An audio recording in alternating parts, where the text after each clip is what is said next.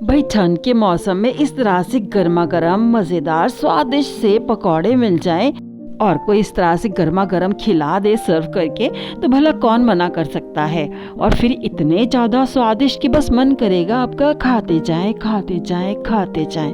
बहुत ज़्यादा स्वादिष्ट बनकर तैयार होते हैं और वो तो आप इसे बनाने और खाने के बाद ही समझ पाएंगे ना फ्रेंड्स। हम तो आपसे यही कहना चाहेंगे फ्रेंड्स कि चाहे नाश्ते में चाहे शाम के समय एक बार आप बनाकर हमारे कहने पे ज़रूर देखिएगा और फिर हमें बताइएगा कि आपको ये कैसे लगे। और इसे बनाना बहुत ज़्यादा आसान है। इसको बनाने के लिए हमने यहाँ पे 2 मीडियम साइज के आलू को कद्दूकस करके ले लिया है और आलू हमारे ग्रेड हो चुके हैं। के साथ ही हमने एक बड़े साइज का प्याज लंबाई में काट के लिया है। मीडियम साइज के आलू को हमने बॉईल करके लिया है और साथ ही में 3 हरी मिर्च को लिया है। आलू हमारे कद्दूकस हो चुके हैं और जो हमारे बॉइल्ड आलू थे उनको हमने छील के चौकोर टुकड़ों में काट लिया है और हरी मिर्च को भी हमने कुतर लिया है। तो सभी चीज़ों को हमने अब कद्दूकस किए हुए आलूओं के साथ मिक्स कर देना है। तो कद्दूकस किए हुए आलूओं के साथ हमने डाल दिए हैं उबले हुए आलू और साथ ही में हरी मिर्च जो हमने ग्रेट की है उसे भी डाल दिया है।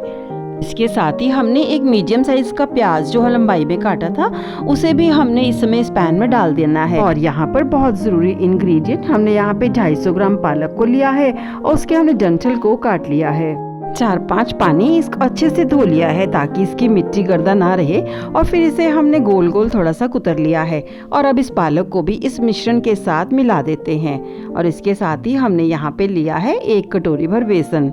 यहाँ पे हमने राजधानी बेसन का इस्तेमाल किया है। आप भी जो बेसन इस्तेमाल करते हो उसे ले सकते हैं। और अब इस बेसन को भी हमने सारा थोड़ा थोड़ा करके इस पालक पे डाल देना है ताकि सारा मिश्रण अच्छे से मिक्स हो सके। और फिर हमने इसको हाथ से ही अच्छे से मिक्स कर देना है। पहले हमने थोड़ा सा इसको इस तरह से डाला है और अब आपको लग रहा होगा कि मिश्रण बहुत ज़्यादा हो गया, लेकिन ऐसा बिल्कुल भी नहीं है फ्रेंड्स।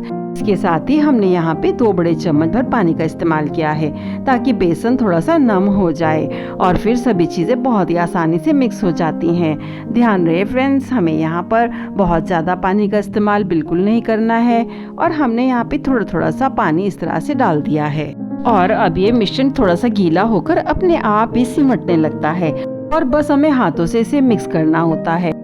अब सारा ही बेसन सारे मिश्रण के साथ अच्छे से मिक्स हो चुका है। तो हमें थोड़ी सी बेसन की मात्रा को बढ़ाना होता है। तो हमने यहाँ पर आधा कटोरी भर बेसन को और डाला है और इसके साथ ही हमने यहाँ पे डाला है 1 खाना खाने वाले चम्मच भर नमक। और हरी मिर्चों को तो हमने पहले ही कुतर के डाल दिया है, तो इसलिए हमें और अभी इसमें ज़्यादा कुछ नहीं मिलाना होता है। आप चाहें तो 5-6 कलियां लहसुन की भी कुतर के डाल सकते हैं।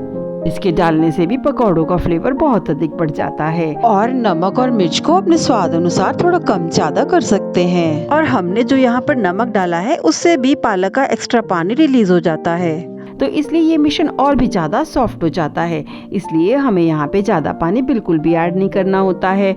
और नमक डालने के बाद भी सारे मिश्रण को अच्छे से मिला देना है। और अब आप देख सकते हैं मिश्रण कितनी अच्छी तरह से सेट हो चुका है। इन पकौड़ों का और ज़्यादा स्वाद बढ़ाने के लिए हमने इसमें डाल दिया है 1 बड़ा चम्मच भर सब्जी मसाला, क्योंकि सब्जी मसाला में सारे ही सूखे मसाले मिले रहते हैं। इसमें धनिया पाउडर, जीरा पाउडर, काली मिर्च, नमक, काला नमक सब कुछ मिला रहता है। तो हमें इसमें और ज़्यादा कुछ मसाले मिलाने की ज़रूरत नहीं होती है और इससे इसका स्वाद बहुत अधिक बढ़ चुका है।